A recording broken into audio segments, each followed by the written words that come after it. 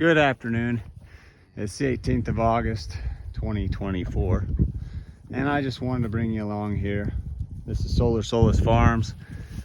Those who are watching, I appreciate it.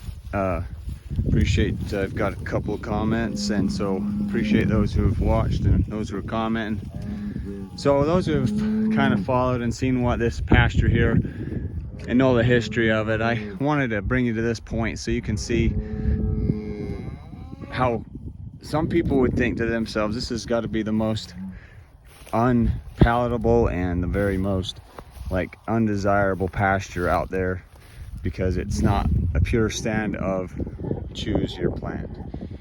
Maybe for grazing, that's if you love fescue, if you love orchard grass, whatever, clover. This has actually got it all in it. So to me, I think diversity is more important than just having a specific completely ground cover. It is, and when I say that, I don't mean that eventually I'm not wanting to get there, but instead of going in and taking this out because it didn't come in perfect and had a whole lot of weeds, and people call these weeds, just take it out and till it up or whatever and try again. I'm just going to manage this back to life, manage its health, help it to become healthy. So I just wanted to show you what's in here, just to walk through before I turned them into this. If I was in Europe somewhere, park, but here in America, I just call it the strip. So before I bring them into this strip, you can see there's some mature sunflower that's got sunflower heads on it. You've got what's called prickly lettuce. That's this, and they're not going to eat a lot of it. They may eat the leaves. If I had my sheep with them, they'd go to town on that, but they're going to leave a lot of the stalks, as you can see over here behind this cow, behind Elsie over here, and even above her back there on the back, you can see what they leave. But they've pretty well taken most of the seed off of it. And that stalk right there will, over time, depending on my health of my biology. There's a picture of a hawk. I've had a pair of them hanging here this year for the first time ever, because they got plenty to eat with all of this over story. But I think these guys and girls are ready to be moved. They want a fresh strip here. But like I said, just wanted to show you what I got. Here's a mature chicory. There's some mature sweet clover here, but it's lost a lot of its blossoms by now, and so it's beyond the biggest pollinator attractant, lure, whatever you want to call it. But one thing you'll probably notice a lot of in here, if you have an eye for it, if you're in the West, you'll know what it is. It's bindweed. A lot of bindweed. But I want to show you here. So this is what it looks like before they come into it with bindweed. And cows, they absolutely love bindweed, and sheep do as well. So I used to hate bindweed. It was like my mortal enemy of the weeds, right? Like in your garden, it's the worst thing ever. Your flower bed, it's the worst thing ever. But in a pasture situation, I've learned to actually not mind it. I definitely want to have this lessened. I want it to be out competed and see less and less of it each year. I don't know why. I guess just because it's ugly, and I still have some residual hate for it, right? Some residual resentment, because it's such a resilient plant. Got some alfalfa here that's got seeds on it. That's just fine with me. There's fescue, there's some ryegrass. That's what this brown top stuff is. Most of what you see the seed heads there is a ryegrass. Anyways, it's just got a lot of what people would call weeds.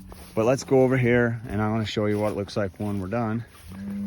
Here's my little 13 chicken flock of chickens that I've hatched and raised, and they've come over here with the cows. But see where, tell me where you see bindweed here. I think they've literally gone through here and they've picked out the bindweed. They hit some of the grass. They've, taken the leaves off of this prickly lettuce. But just look down through there, and this, people would be like, oh, that's so ugly. Well, I find this to be one of the prettiest scenes that you can see in a pasture situation. You've got dung that's been scattered through here. You've got plants like the grasses and the tall stuff that have been trumped to the surface. So now that the biology can work on it really well as having a kind of a cover for any seedlings that might be coming back. And I am going to try to move my water with these cows at least every 3 days. Probably move the cows every day to 2 days, and so that I can back fence them so they don't come back into these areas, because this is fairly new and I don't want them to just completely abuse it. Here's some brome here.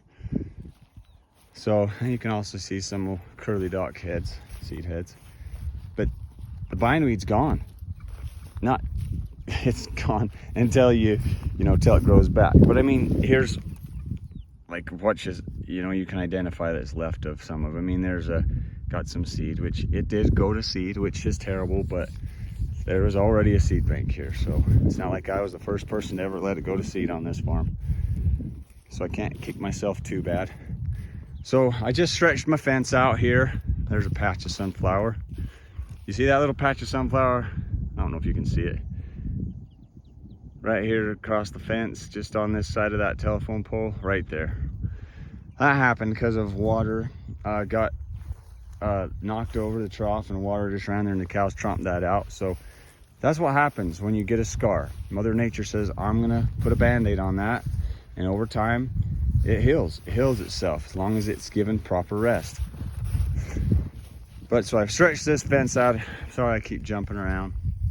Now I got to put the posts underneath it, and then I will roll this wire up, let them in here, and put the water down here between these two posts. That's kind of what I've been doing with this. And then next time I'll go maybe between these two posts for my fence, so that I don't have my fence lines at the same place every time. But that's kind of what I'm doing today, folks. Wanted you to kind of see what's going on. You can see a before and after on this, and just kind of see where this pasture's at right now. And hopefully over time we will get this in a bit better shape and won't see as much of the bindweed in a few things, and hopefully see some of the other stuff that I planted to start to manifest itself in this pasture. But yep, the cows are kind of drawn impatient with me.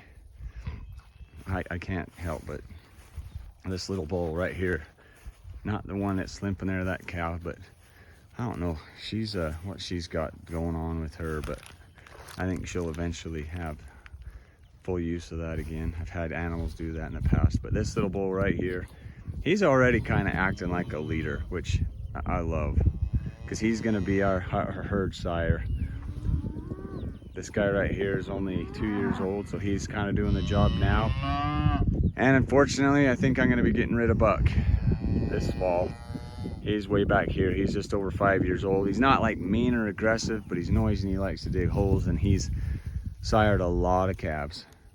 He's also got his genetics preserved at Hoffman AI, so I'm not too worried about losing his genetics. If I want some straws, I can get them from there, and so can you. Hoffman AI breeders. Just look for it online. It's in Logan, Utah. And I'm going to get these cows moved at this point, and we'll see you next time. This is Solar Solus signing off.